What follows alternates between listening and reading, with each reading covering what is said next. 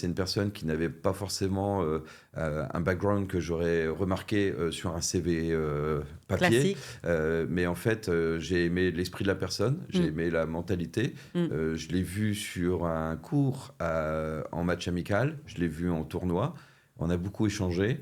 Et après une partie, je lui ai dit, faut qu'on se parle. J'ai peut-être une idée à creuser et il faut qu'on en parle au bureau. Ouais, parce que là, tu l'as vu à plein de moments, en fait, différents Ouais, où tu as pu analyser un peu la personnalité c'est ça. et qui il était et comment il pouvait t'accompagner. Mais en fait, aujourd'hui, je pense que les recrutements ont changé. Est-ce qu'il faut acheter une étiquette ou est-ce qu'il faut acheter une personnalité?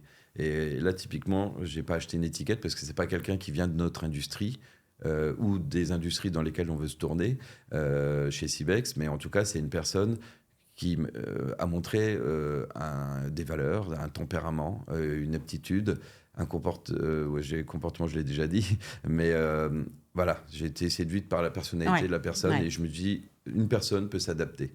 bien Et c'est sûr. ça qui est le plus important. En fait, plutôt que d'avoir quelqu'un qui va être dans un sillon et qui va enfin, qui va pas savoir s'adapter en fait au milieu, à l'équipe qui est en place, à la société d'une manière générale. Là, je sais que c'est quelqu'un qui va rentrer dans le moule et qui va performer.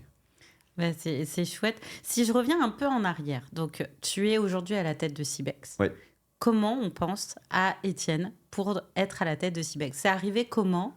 Comment tu as pris en main cette marque? Et si je dis pas de bêtises, qui était pas du tout, la marque qu'elle est aujourd'hui, en tout cas en France, hein, je Ouais, parle bien sur notre territoire, hein. ouais, ouais. Comment c'est arrivé?